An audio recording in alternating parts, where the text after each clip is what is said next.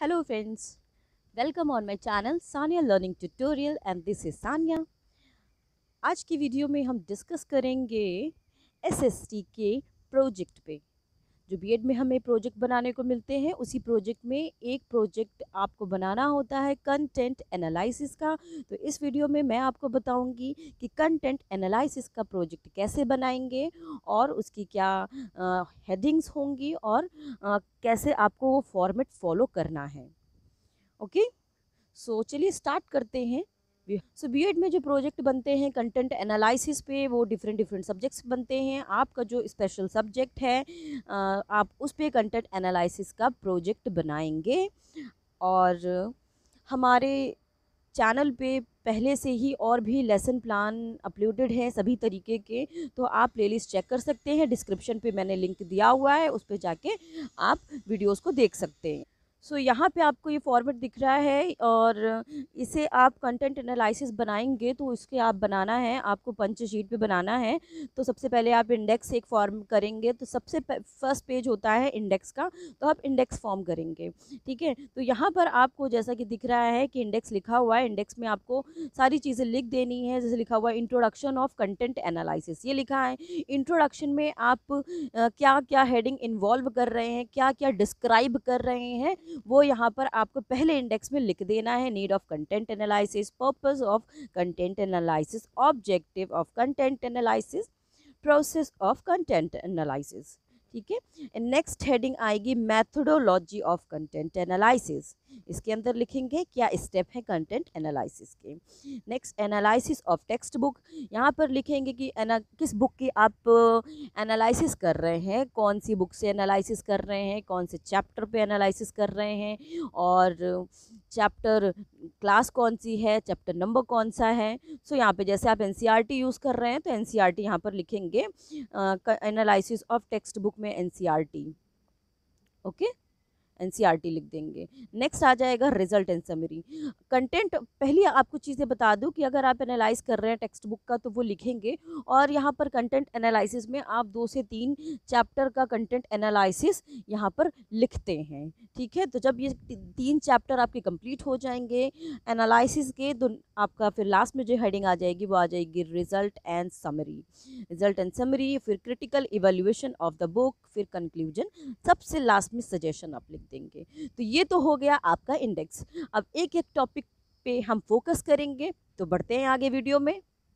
Next page में आप लिखेंगे एक्नॉलेजमेंट। एक्नॉलेजमेंट लिखेंगे आप हेडिंग, और उसके बाद लिखेंगे एनालिसिस, जैसा कि यहाँ पे आपको दिख रहा है एनालिसिस। ठीक है, एनालिसिस में यहाँ पे आप क्या आपको डिस्क्राइब करना है, ये कुछ इस तरीके से लिखा हुआ है। आप ऐसे ही सेम टू सेम कॉपी भी कर सकते हैं। तो ये मैं बता दूं कि ये कंटेंट एनालिसिस एसएसटी सब्जेक्ट पर है। ठीक है, तो यहाँ पर आपको पूरा मेंशन करना है कि आप क्लास 9 की बुक यूज़ कर रहे हैं, सीबीएसई बोर्ड से हैं, और जो बुक है वो पब्लिश्ड बाय एनसीईआरटी है। ठीक है, न्यू दिल्ली एनसीईआरटी। तो ये पूरा आपको इस तरीके से यहाँ पर एनालिसिस में लिखना है कि किस बुक पे कर रहे हैं, कौन सी क्लास पे कर रहे हैं एनालिसिस, ठीक है, कौन सा बोर्ड है। क्लियर, यहाँ तक आपको क्लियर हुआ? चलिए आगे बढ़ते हैं। सो यहाँ पे नीचे आते लिखा हुआ है analysis is done chapter wise as follows. ठीक है, तो सबसे पहले यहाँ पे आप लिखेंगे analysis of the content part. सबसे पहले चैप्टर 1 लिखेंगे। देखिए इनके अकॉर्डिंग इन्होंने अपना चैप्टर 1 लिखा है, ज़रूरी नहीं है कि उस बुक में चैप्टर 1 मुगल एम्पायर हो। इन्होंने चैप्टर 1 दे दिया है, इन्होंने 3 चैप्टर लिए हुए हैं इस एनालिसिस में, तो चैप्टर 1 मुगल एम्पायर सिलेक्ट किया है। ठीक है, चैप्टर 1 मुगल एम्पायर। तो ये आपको हेडिंग ऐसे लिख देनी है। देन उसके बाद ये देखिए यहाँ पर ये फॉर्मेट को आपको इस तरीके से फॉलो करना है। फॉर्मेट आपको बनाना है, फर्स्ट कॉलम बनाने हैं सीरियल नंबर का, देन यूनिट, कितनी यूनिट आप यूज़ कर रहे हैं। यूनिट मींस क्या है कि आप जो चैप्टर यूज़ कर रहे हैं, चैप्टर में आप कितनी यूनिट्स ले रहे हैं। तो यहाँ पे 1 हो गया है इंट्रोडक्शन ऑफ मुगल एम्पायर का। देन आ जाएगा यहाँ पे ऑब्जेक्टिव और कोड। ऑब्जेक्टिव में जो आपने चैप्टर लिया हुआ है उस चैप्टर में क्या क्या एनालाइज कर रहे हैं। ठीक है, क्या क्या ऑब्जेक्ट आपने लिया हुआ है, किस ऑब्जेक्ट पर आप एनालाइज कर रहे हैं। और यहाँ पर देखिए जैसे कि लिखा हुआ है के यू इस तरीके के ये कोड लिखे हुए हैं। तो मैं आपको बता दूं कि के का मीनिंग है नॉलेज, ठीक है। के का मतलब है नॉलेज, यू का मतलब है अंडरस्टैंडिंग, ठीक है, यू का मतलब है अंडरस्टैंडिंग। ये कोड है। तो जैसे कोड आते जाएंगे कि आप लास्ट में एक कॉलम में भी लिख सकते हैं कि फुल फॉर्म क्या है ये कोड का, ये भी लिख सकते हैं। तो ये कुछ इतने पॉइंट्स हैं और यहाँ पर ये ऑब्जेक्टिव्स इन्होंने लिया हुआ है। उसके आगे मान लीजिए कि यहाँ पे लिखा हुआ है औरंगज़ेब डेथ। तो औरंगज़ेब डेथ अगर बच्चा पढ़ रहा है तो उससे क्या एनालाइज होगा, उसको उससे नॉलेज मिलेगी। नेक्स्ट लिखा हुआ है English and French company joint trade. अगर ये है तो इससे क्या बच्चे को मिल रही है, नॉलेज नहीं, अंडरस्टैंडिंग बच्चों की बढ़ रही है। तो इस तरीके से आपको ये ऑब्जेक्टिव और उनके कोड यहाँ पर लिखने हैं। रीड आउट कर लीजिए। आप सेम अपने प्रोजेक्ट में सेम भी आप इसे फॉलो कर सकते हैं, सेम भी लिख सकते हैं। यहाँ पे नेक्स्ट कोड आया है एस। एस का मीनिंग है सिंथेसिस, सिंथेसिस, एस का मीनिंग है सिंथेसिस, राइट। नेक्स्ट आपका कोड यहाँ पर आया हुआ है ए। तो ए का मीनिंग है एनालिसिस, एनालिसिस, ठीक है। तो ये कोड आपको निकालने हैं, आपको इस तरीके से फॉर्मेट को फॉलो करना है। अगर आपने ये बना लिया है तो नेक्स्ट चैप्टर भी आप ऐसे ही बनाएंगे आगे देख। सो इसे एक बार आप देख लीजिए, इस फॉर्मेट को देख लीजिए और अपने प्रोजेक्ट में इसे आप कॉपी पेस्ट कर सकते हैं। बट अच्छा होगा कि अगर आप खुद से समझ के कंटेंट एनालाइज करके आप बनाएं तो वो आपकी नॉलेज को ही इन्हांस करेगा। तो इसे आप देख लीजिए। दूसरी चीज़ मैं आपसे ये कहना चाहती हूँ कि ये सोशल स्टडी का प्रोजेक्ट है, कंटेंट एनालिसिस का, और इससे आपको ये भी दूसरा बेनिफिट ये भी मिलेगा कि अगर आप लेसन प्लान बना रहे हैं, अगर आप लेसन प्लान बना रहे हैं तो लेसन प्लान भी आप इस कंटेंट एनालिसिस से ईज़िली डेवलप कर पाएंगे। ईजिली आप डेवलप कर सकते हैं, डेवलपिंग क्वेश्चन भी आप निकाल सकते हैं, आप यहाँ से एक्सप्लेनेशन भी निकाल सकते हैं, आप इजीली सोशल स्टडी का लेसन प्लान यहाँ से आप बना सकते हैं। देख लीजिए सेकंड आ गया है point, causes of decline of Mughal empire.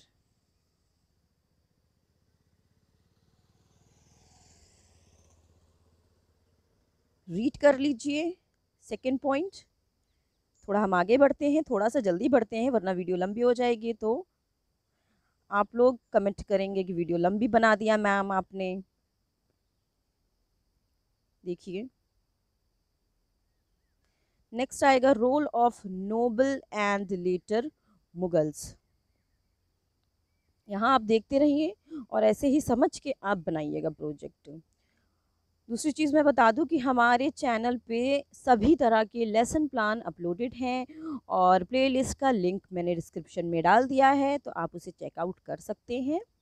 और इसके बाद हम कंटेंट एनालिसिस के और भी सब्जेक्ट के हम प्रोजेक्ट अपलोड करेंगे अपने चैनल पे, तो मेरे चैनल के साथ जुड़े रहें। और बता दूं कि हम बायोलॉजी एंड मैथ का कंटेंट एनालिसिस के प्रोजेक्ट अपलोड करेंगे और उसके अलावा बहुत सारे सब्जेक्ट के जो प्रोजेक्ट हैं और भी तरह के जो प्रोजेक्ट हैं बीएड के, तो वो हम सभी अपलोड कर देंगे अपने चैनल पर। बाकी हमारी प्लेलिस्ट चेक कर लीजिएगा और भी सभी सब्जेक्ट के लेसन प्लान अपलोडेड हैं। देखिए फोर्थ है point, regional power of century. इनके भी पॉइंट्स नोट कर लीजिए। नॉलेज, तो शायद आपको यहाँ पर क्लियर हो गया होगा। आप मुझे कमेंट बॉक्स पे कमेंट कर सकते हैं अगर आपको कोई डाउट हो रहा है। तो यहाँ पर देख लीजिएगा एनालिसिस ऑफ कंटेंट पार्ट। तो जितना आपने वन चैप्टर लिया हुआ था, जो आपने वन चैप्टर लिया हुआ था मुगल एम्पायर, तो आपने वहाँ पे जहाँ नॉलेज, अंडरस्टैंडिंग, एनालिसिस, सिंथेसिस, ये आपने कोड्स लिखे हुए थे। अब क्या करना है, वहाँ पर जितनी बार भी आपने नॉलेज लिखा हुआ था उसको काउंट करके यहाँ पर नीचे लिख देंगे, ये हो जाएगी फ्रीक्वेंसी। फिर अंडरस्टैंडिंग का काउंट करके लिख देंगे अगर 9 बार अंडरस्टैंडिंग हुई है तो ये हो गई उसकी फ्रीक्वेंसी। एनालिसिस 7 बार हुआ है तो यह टोटल कर देंगे 7। सिंथेसिस 3 बार हुआ है तो टोटल कर देंगे 3। ठीक है, तो अब यहाँ पे सब टोटल कर देंगे तो 37 आएगा। परसेंटेज कैसे निकालेंगे, परसेंटेज इस टोटल से, और ये नॉलेज, अंडरस्टैंडिंग, अंडरस्टैंडिंग एनालिसिस, इससे आप परसेंटेज इजीली निकाल सकते हैं। तो ये हो गया चैप्टर 1 का analysis of content part. I hope आपको इजीली समझ में आ गया होगा, कोई डाउट नहीं हुआ होगा। आगे बढ़ते हैं हम लोग। अब इसी तरह से आप ये एक और चार्ट बनाएंगे analysis of the evolution part, ठीक है। तो ये हो गया आपका चैप्टर 1 का, और उसके बाद आ जाएगा आपका चैप्टर 2। यहाँ पे मैं बता दूँ कि 2 से 3 चैप्टर आपको कंटेंट एनालिसिस के लिए लेने ही होते हैं। और नेक्स्ट आ जाएगा analysis of content part chapter 2। Chapter 2 है ब्रिटिश कॉन्क्वेस्ट ऑफ इंडिया, ठीक है। देख लीजिए, इनसे भी आपको सेम ऐसे ही जैसा आपने चैप्टर 1 में एनालाइज किया हुआ था, तो सेम चैप्टर 2 में एनालाइज करेंगे। कॉपी पेस्ट कर सकते हैं, समझ के भी बना सकते हैं, इससे लेसन प्लान भी आप डेवलप कर सकते हैं। तो ये आपके लिए हर तरह से हेल्पफुल है। ये वीडियो, ये प्रोजेक्ट हर तरह से आपके लिए बेनिफिट है। तो इंट्रोडक्शन है, एंड फर्स्ट पॉइंट इंट्रोडक्शन है, सेकंड पॉइंट वार है, कोड आप इसे पूरा रीड कर लीजिए। समझ के लिखेंगे तो बेहतर होगा। तो थर्ड पॉइंट है ब्रिटिश ऑफ बंगाल।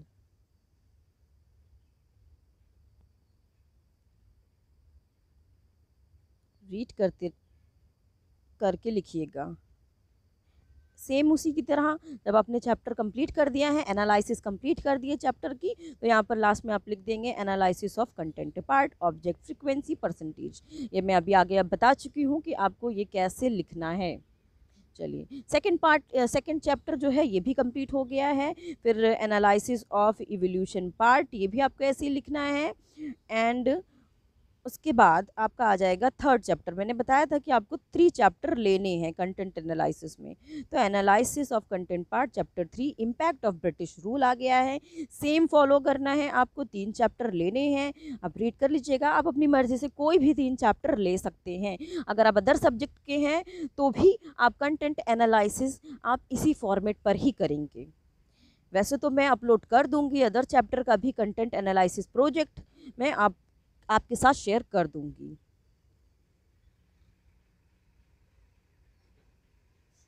कोई भी डाउट हो तो मुझे आप कमेंट कर सकते हैं, और फीडबैक भी हमें ज़रूर दीजिएगा कि जिससे हम अपने वीडियो को जब आप तक पहुंचा रहे हैं तो उसे और बेहतर बना के पहुंचा सकें।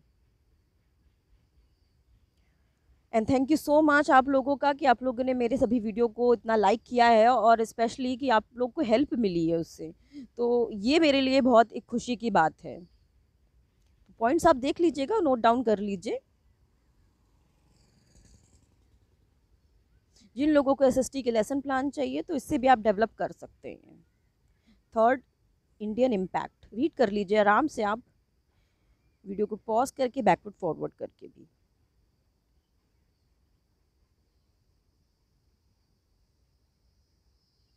सेम एज अबव, लास्ट में एनालिसिस कंप्लीट हो जाने के बाद यहाँ पर आपको कंटेंट पार्ट लिखना है, एनालिसिस, ऑब्जेक्ट, फ्रीक्वेंसी और परसेंटेज। मैं बता चुकी हूँ आपको कैसे फ्रीक्वेंसी परसेंटेज निकालनी है। तो यहाँ पर analysis of evolution part last में 3 चैप्टर कंप्लीट हो गए हैं। इसके बाद आप क्या करेंगे, जो आपने इंडेक्स में लिखा हुआ था इवोल्यूशन, तो यहाँ पर आप इवोल्यूशन लिख देंगे, ठीक है। जो तीनों चैप्टर आपने लिए हुए थे तो यहाँ पर आप उसकी मास्टर टेबल बना देंगे कंटेंट पार्ट का। आपने 3 चैप्टर लिए हुए थे, तो उसी तीनों चैप्टर को मिला के टोटल करके आप ये कुछ ऑब्जेक्ट, फ्रीक्वेंसी और परसेंटेज तीनों चैप्टर का आप निकालेंगे। तो ये हो गई master table. Master table for the evolution part, फिर इवोल्यूशन पार्ट आप उसका निकाल देंगे मास्टर टेबल का। तो ये हो गया chart. Next heading, result and summary. जब आपका कंप्लीट हो जाएगा एनालिसिस सारी, इवोल्यूशन भी आप लिख देंगे, तो फिर लास्ट में आपको क्या लिखना है, रिजल्ट एंड समरी लिखनी है। तो यहाँ पर क्या निकला है समरी, क्या रिजल्ट निकला है, तो कुछ इस तरीके से आप लिखेंगे। तो इसे रीड डाउन कर लें। ये 8th क्लास का है और सोशल साइंस।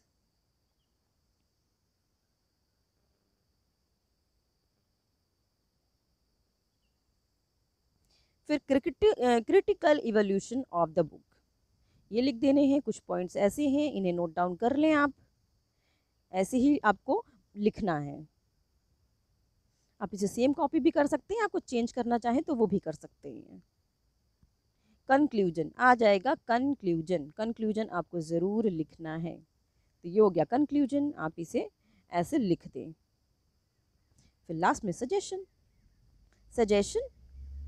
कि क्या सजेशन और होना चाहिए। तो जैसे कि लिखा हुआ है the cover page of the textbook को should be more attractive and colourful. तो ये सजेशन है कि अट्रैक्टिव होना चाहिए और कलरफुल होना चाहिए। सजेशन की कुछ 5 पॉइंट्स हैं, तो ये आपको इस तरीके से यहाँ पे लिखने हैं। डन।